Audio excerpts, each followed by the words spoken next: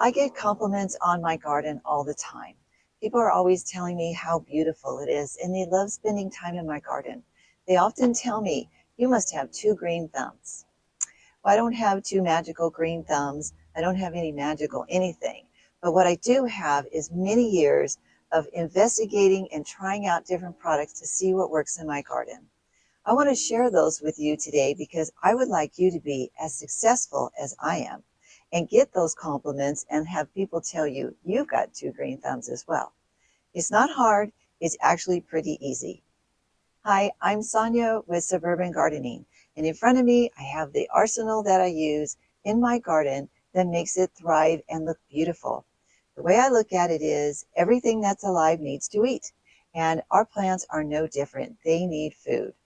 So I'm going to go through and show you all the different types of food that I use, and hopefully you'll see one that works in your garden as well. There are many different brands that you can buy, and honestly, a lot of them are good. It's just easy for me to come by these, and they've been working for me for a long time, so I keep using them.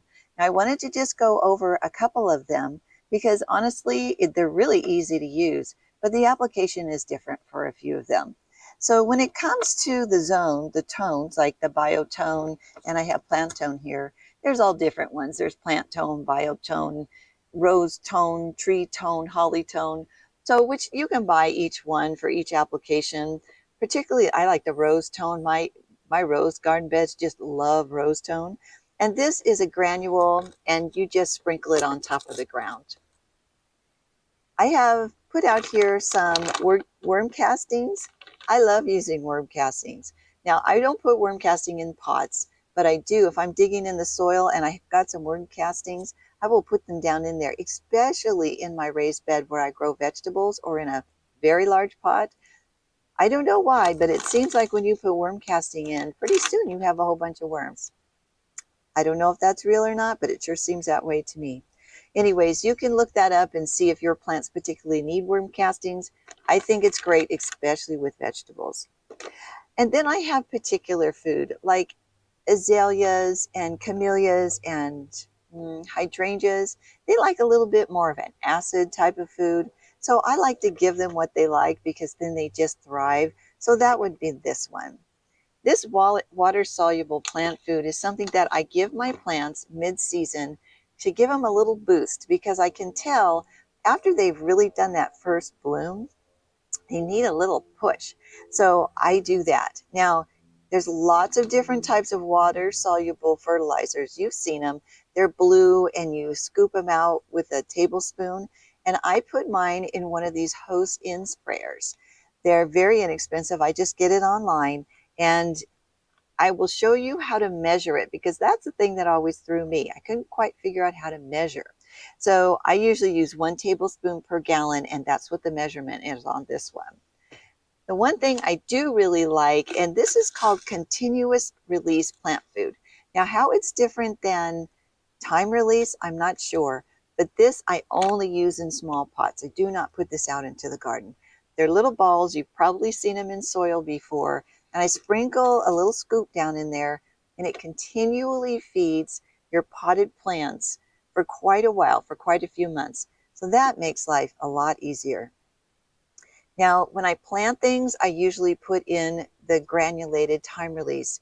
And then once everything's planted and I'm just enjoying my garden, once a month without fail, I'll go through and put the water soluble.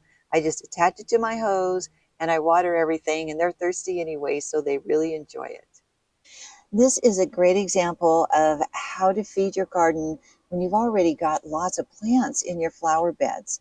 So all I would do here is grab a big handful, and I would just do it right around the base of these plants. Try to get down in there by the roots. Now, I'll rough it up the best I can, but there's really no getting it down there any further. The best thing to do now is to water it in. Nice and soaked. This will really help push the fertilizer down into the soil because it will start to degrade. And I will do that on all of my flower beds, all of my pots, and that's what gives them this vigorous growth. When I'm planting brand new plants, if I pick up something like this at the nursery, or I'm putting in plants that I've seeded, then what I'll do is I'll use the biotone.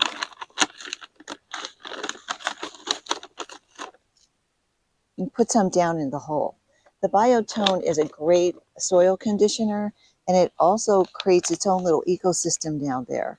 So it really feeds the roots, and it causes these plants to be very vigorous.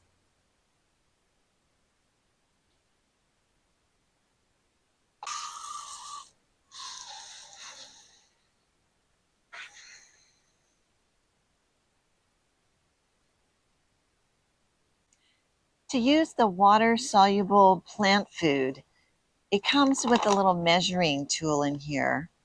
My hands are wet. And you basically just scoop out, that's about a tablespoon, and you put it into your 1 gallon. This is actually a 2 gallon, so I could put 2 scoops. And then you would just fill it up with water. I always do this over here by my little water station. This is an Aqua Joe. If you don't have one and your hose drives you crazy, definitely get an Aqua Joe.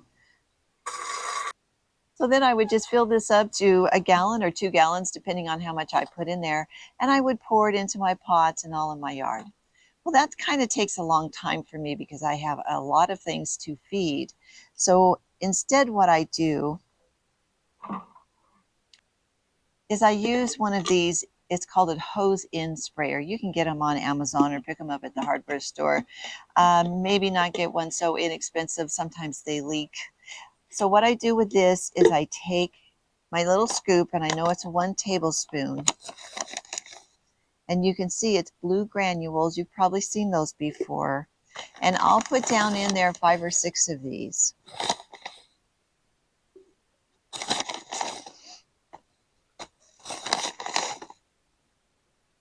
We'll start with 4. The important thing to do on this is now we've got to turn this into a liquid. So I'm going to fill it up with water.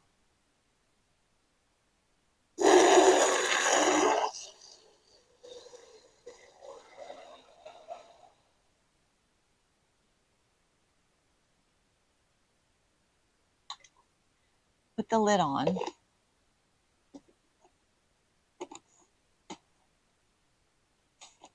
You really don't want to get this on you because it turns you blue. And then I'm going to shake it. So I'm making it water soluble. It turns the liquid pretty fast. Now all I need to do is put my hose on. So this will water quite a bit. You'll notice when you're watering that the color will turn very pale blue, and you'll know that it's time to go in and make a new batch. I've got it set for 1 tablespoon. At the moment, I only want to do 1 tablespoon per gallon, and that's exactly what will come out of here. Now, if you want, go ahead and read up on this, find out what's the perfect application for your garden. We don't want to overfeed and we don't want to underfeed. But this particular way works for me in my garden. My hose and sprayer is fired up and ready to go. I've got the hose hooked up, hose is turned on. I have the dial at 1 tablespoon. Now all I have to do is pull the trigger. I can actually notice a difference after I water my plants with this. They're already usually pretty thirsty, and getting a nice big drink of food really perks them up.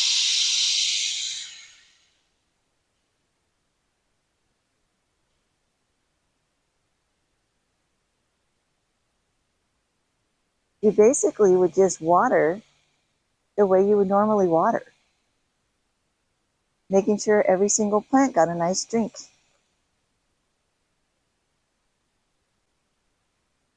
There are a couple other things that I wanted to share with you about feeding your plants. Now, I'd like to talk to you about banana peels, but don't tune out on me.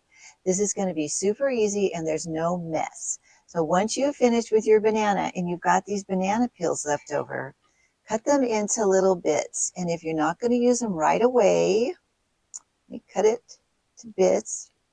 Take a baggie, put the banana peels in here, and then pop it in the freezer. Then when you do go out to garden, they will be ready. Every time you eat a banana, you can cut up the peels, stick it in here, leave them in the freezer. That way there's no gnats, there's no bugs, nothing to worry about. I use these a lot. I put them in pots, I put them in the ground, several per pot. If I have a gallon pot, I probably put about 3 in there.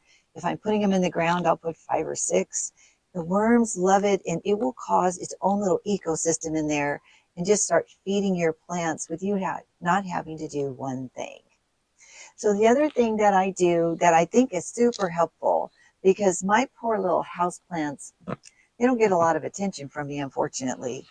I keep this under the sink, and this is about 1.5 gallons of water. It's just a very inexpensive container that I got at the 99-cent store. And I put very diluted liquid fertilizer in here. And then once a week, I just go around and I feed my plants. That way they're getting food every single time, but it's super diluted. So if you see a tablespoon, then I would do 1/4 of that and mix it in about 1.5 gallons of water. The tools that I use when I'm feeding my garden, of course, are my gloves. And let me just tell you about this. I keep my gloves outside and I use them over and over because I just don't like to spend money buying them all the time. This is a chip clip and I get them on Amazon. I'll leave the link below, and you just clip this on your gloves and no spiders get in there. I've actually had a few spider bites because spiders like to hide inside my gloves. But I use scissors in the garden to open up whatever bags I have to open up for the fertilizer. I use this wonderful claw and it kind of digs up stuff. Not too deep to hurt the roots, but it roughs up the top of the soil. And then, of course, I use the shovel and my kneeling pad. So you can see that feeding your garden doesn't have to be so difficult. Now you have my secret on how to have 2 green thumbs, 2 magical green thumbs. It really wasn't that difficult. All you need to do is keep your garden watered, give it some food, and try to keep those weeds out. I also spray for pests every now and then, so that's very helpful too. But if you do these things, I'm certain your garden will be even more beautiful than mine, and you'll be getting all the compliments. So you guys, it was so fun to talk about this today because this is not something people talk about very often. So I hope to give you some tools so you can be successful. Well, there's always so many things to talk about in the garden, but that's all I have for today. So I'll see you guys next time.